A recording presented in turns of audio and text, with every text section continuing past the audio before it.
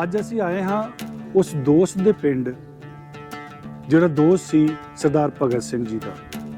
ਸਰਦਾਰ ਭਗਤ ਸਿੰਘ ਨੂੰ ਕੌਣ ਨਹੀਂ ਜਾਣਦਾ, ਇਹ ਦੋਸਤ ਨੂੰ ਬਹੁਤ ਘੱਟ ਲੋਕ ਜਾਣਦੇ ਨੇ।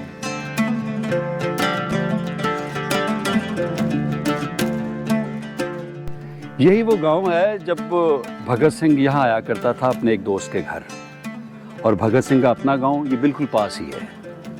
हम उसके एक दोस्त के घर में उस दोस्त की आगे औलाद से मिलने आए हैं, भगत सिंह की बातें करने, और वो एक ख़ास चीज़ देखने और उसकी बातें करने जिसका जिक्र तारीख़ की किताबों में है।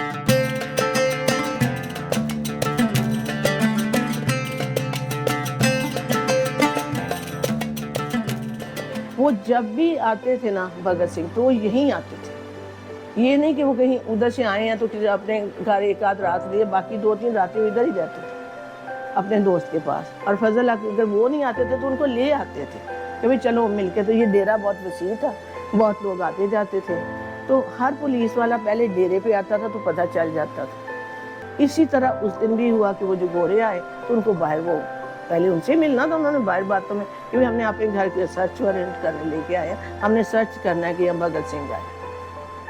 तो सर्च की पहले से वो प्लानिंग हुई थी कि अगर सर्चिंग कोई आई टीम तो क्या होगा। तो इसलिए फिर उन्होंने, उनकी वालदा ने उनको पहले ही इधर छुपा दिया, सारा घर दिखाया। सर्च तो उन्होंने करना था ना, तो उन्होंने सारा ही किया। लेकिन इस कमरे में क्योंकि खाना दाना पड़ा होता तो आपकी बात जैसे कि उनका आटा है, तो उनका ये आटा तो बहुत है इधर, अगर आपने ये लेना है तो ये जितना चाहे आप उठा लें। वो फिर उनकी बातों में लग गए कि ये बीबी तो मतलब जो है हमें, वो उसी को सोचने लग पड़े क्या। कहा नहीं, कुछ वो थोड़े से ना शर्मिंदा भी हुए कि मुसलमान घर था, यहाँ उनके आके सर्च करना, जब मिला भी कुछ नहीं तो अब आटा क्या उठाना था। फिर उन्होंने कुछ भी नहीं लिया और वो चुप करके यहाँ से सीधे चले गए।